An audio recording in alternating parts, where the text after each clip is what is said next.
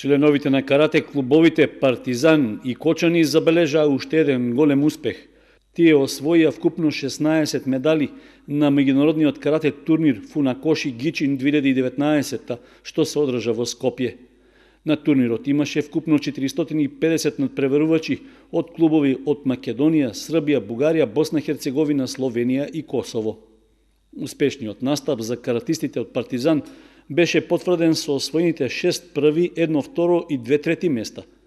При тоа во конкуренција со 2 златни медали се закитија Филип Стојанов во категоријата до 42 килограми, Мартина Шахинова во кадетска конкуренција над 54 килограми, Ѓорги Петров кај кадетите до 57 и до 63 килограми и Роберто Здравковски, исто така во кадетска конкуренција до 70 килограми и во јуниорска до 68 килограми. Покрај нив, солиден настап со пласман на второто место и освоен сребрен медал оствари Кристијан Грозданов кај кадетите до 52 килограми. Освен него и Благоја Тасевски имаше успешен настап на турнирот во Скопје и освои трети место и бронзени медали во категоријата помлади кадети до 41 килограм и во истата категорија до 46 килограми.